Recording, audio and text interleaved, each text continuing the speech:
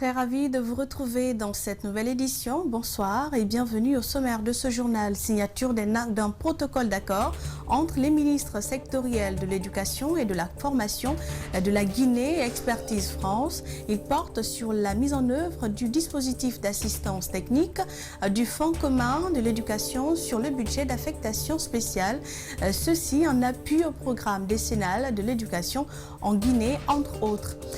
4 membres d'une même famille ont été enlevés par des inconnus samedi au quartier Nongor. Aucune nouvelle d'eux depuis. La famille s'inquiète. Le déroulé de la scène avec Justin Leno dans ce journal. Et puis les sites touristiques en Guinée sont à l'abandon. Ces joyaux de la nature n'attirent plus. Seuls quelques touristes s'y aventurent encore. Si rien n'est fait, ces magnifiques lieux risquent de disparaître.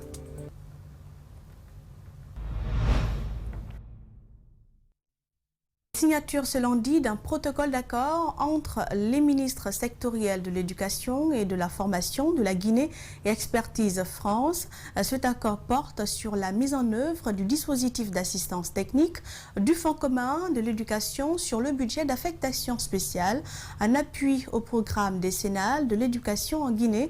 Un autre accord signé, c'est celui du contrat d'appui technique pour l'accompagnement à la mise en œuvre du projet d'appui à la gouvernance économique et financière. Idrissa Barry et Amara Alexila pour plus de précisions.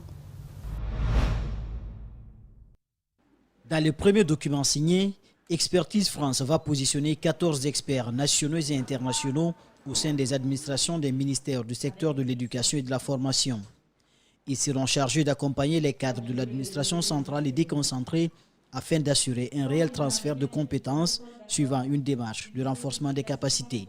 Et chaque expert contribuera à un véritable transfert de compétences suivant les démarches de renforcement de capacités que nous avons développées avec vous. Et je souhaite évidemment qu'il puisse être mis en œuvre le plus rapidement possible pour renforcer la redevabilité et la transparence de la gestion des finances publiques dans ce secteur et de répondre aux besoins des populations et de l'éducation en Guinée. Le second document est un contrat d'expertise technique pour l'accompagnement de la mise en œuvre du projet d'appui à la gouvernance économique et financière. Sa finalité, rendre la gestion des ressources publiques plus efficace et plus efficiente en Guinée. Le PAGEF vient couronner et consolider ses acquis dans sa composante 1, à savoir établir des prévisions budgétaires fiables via un cadrage macroéconomique cohérent présentant différentes hypothèses. Aujourd'hui, ce processus d'amélioration continue dans lequel nous nous inscrivons est marqué par une nouvelle étape d'importance. L'engagement commun que va constituer la signature du protocole d'accord entre le gouvernement guinéen et Expertise France s'inscrit aussi dans l'optique de renforcer les capacités du secteur de l'éducation et de la formation. Expertise France est l'agence publique française de conception et de mise en œuvre des projets internationaux de coopération technique. En Guinée, elle mène plus de 20 projets de coopération dans divers secteurs d'activité. Et c'était un reportage d'Idrissa Barry. L'Institut itinérant de formation et de prévention intégrée contre la drogue organise un atelier d'échange de 2 jours. Objectif, combattre le trafic et la consommation de la drogue en Guinée. Et pour y arriver, les organisateurs ciblent le milieu préuniversitaire en y intégrant des programmes de formation. Mamadou Kalisso et Mamadou Aliouba, reportage. La Guinée est secouée ces derniers temps par une histoire de cocaïne. Un dossier qui réveille les vieux souvenirs où le pays était considéré comme l'une des plaques tournantes du trafic de cocaïne en Afrique de l'Ouest. L'Institut itinérant de formation et de prévention intégrée contre la drogue estime que le moment est opportun pour injecter dans le programme d'enseignement préuniversitaire des curricula de formation contre l'usage de la drogue. Il devient urgent d'intégrer dans nos programmes scolaires des curricula qui permettraient à nos enfants d'avoir une connaissance sur les drogues et leurs méfaits sur leur organisme et d'être ainsi eux-mêmes mieux préparés à lutter contre les abus de ces fléaux extrêmement néfastes pour la société. Le directeur de l'Office central antidrogue salue cette initiative. Selon lui, l'usage des stupéfiants touche beaucoup plus les jeunes. La lutte contre la drogue, il faut reconnaître pour nous, les agents de répression, c'est surtout contre la jeunesse. Dans les statistiques les plus récentes, la couche scolaire est beaucoup plus touchée en matière de consommation de la drogue. Après la couche scolaire, il faut également reconnaître que la consommation de la drogue et le trafic de drogue se féminisent. C'est-à-dire, les sœurs sont beaucoup plus intéressées. Cette rencontre d'échange entre acteurs concernés s'étendra sur 2 jours.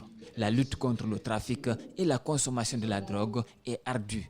En ciblant l'éducation nationale, l'État et ses partenaires s'attaquent au mal, à la racine. Nous avons espoir que si nous réussissons à mettre la drogue hors de nos écoles, la drogue sera hors de notre jeunesse. Et si la drogue est hors de la jeunesse, le développement que nous ambitionnons, l'émergence que nous ambitionnons peut arriver à court terme et même à très court terme.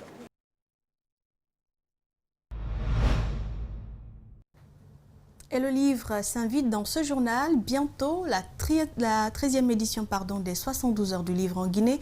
Et en prélude à cet événement, la maison d'édition Harmattan Guinée, organisatrice de l'événement, a tenu une rencontre ce week-end à son siège. Objectif, donner les couleurs de l'événement qui se tiendra les 23, 24 et 25 avril prochains. Maria Fodé Camara et Abakar Kekebangoura pour le compte rendu.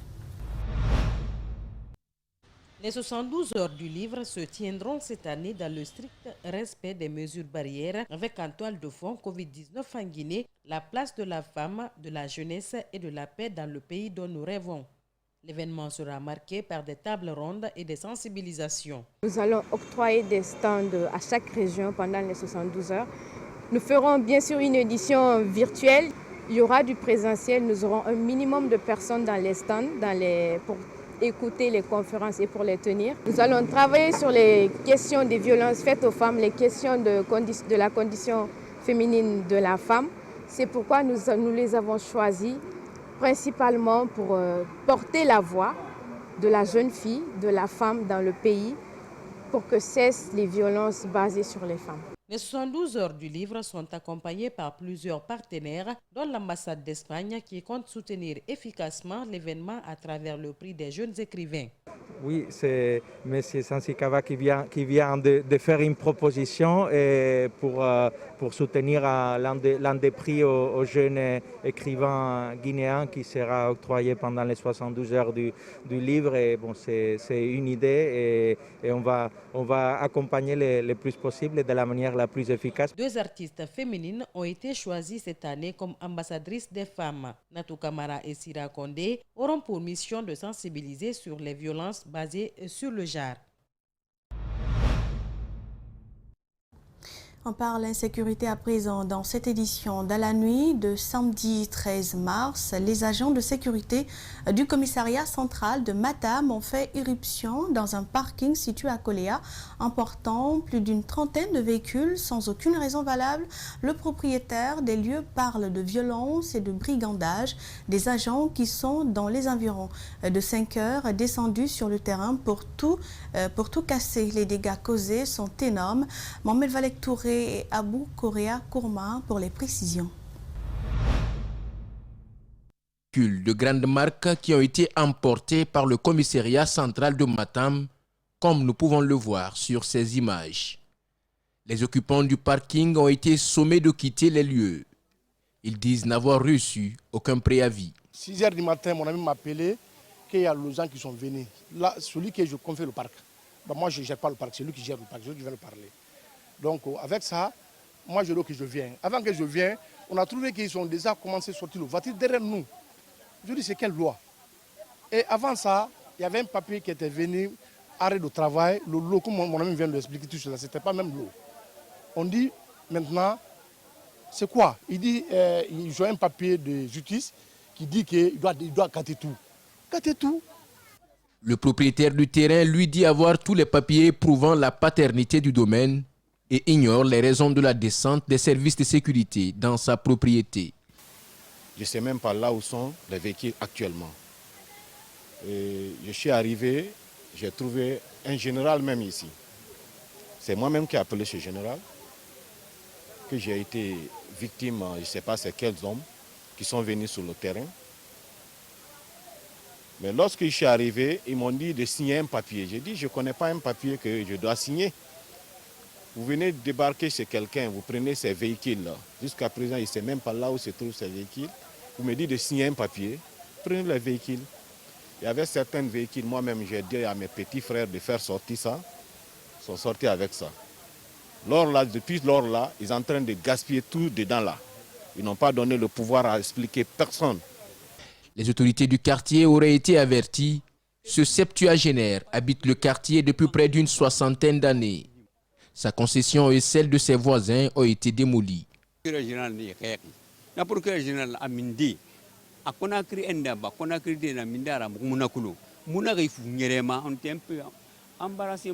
Ils nous ont dit qu'ils ont été envoyés par le procureur général. On ne savait quoi dire, on est resté dans ça jusque la nuit où ils sont venus barrer toutes les routes et nous ont dit qu'ils sont là pour 3 concessions. Ce parking, mon domicile chez mon voisin, tout a été pillé, sans aucune raison. De l'avocat aux huissiers de justice, tous sont venus sur les lieux pour constater les dégâts causés par les agents. Ces opérateurs économiques demandent justice.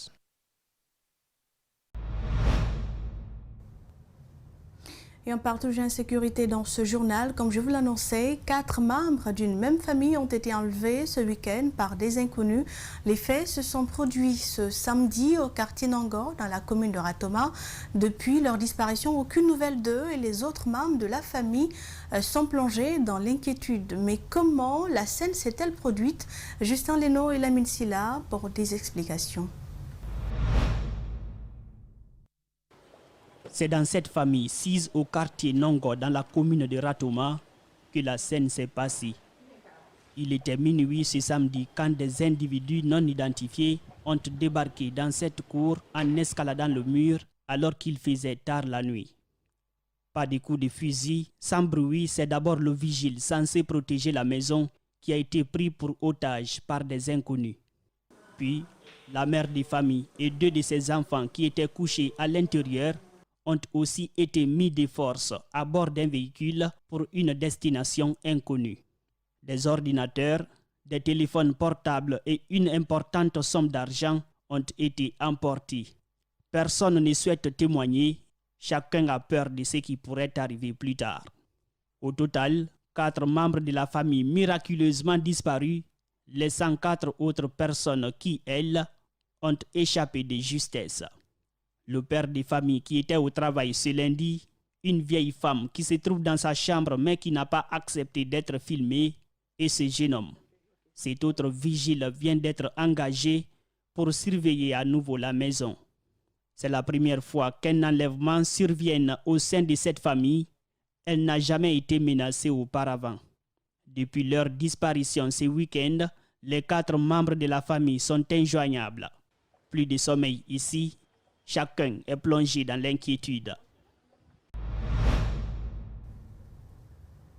Compte rendu, Justin Leno. Autre fait de l'actualité, je vous l'annonçais également, des sites touristiques à l'intérieur du pays, notamment Kindia et Pita, attirent de moins en moins de touristes.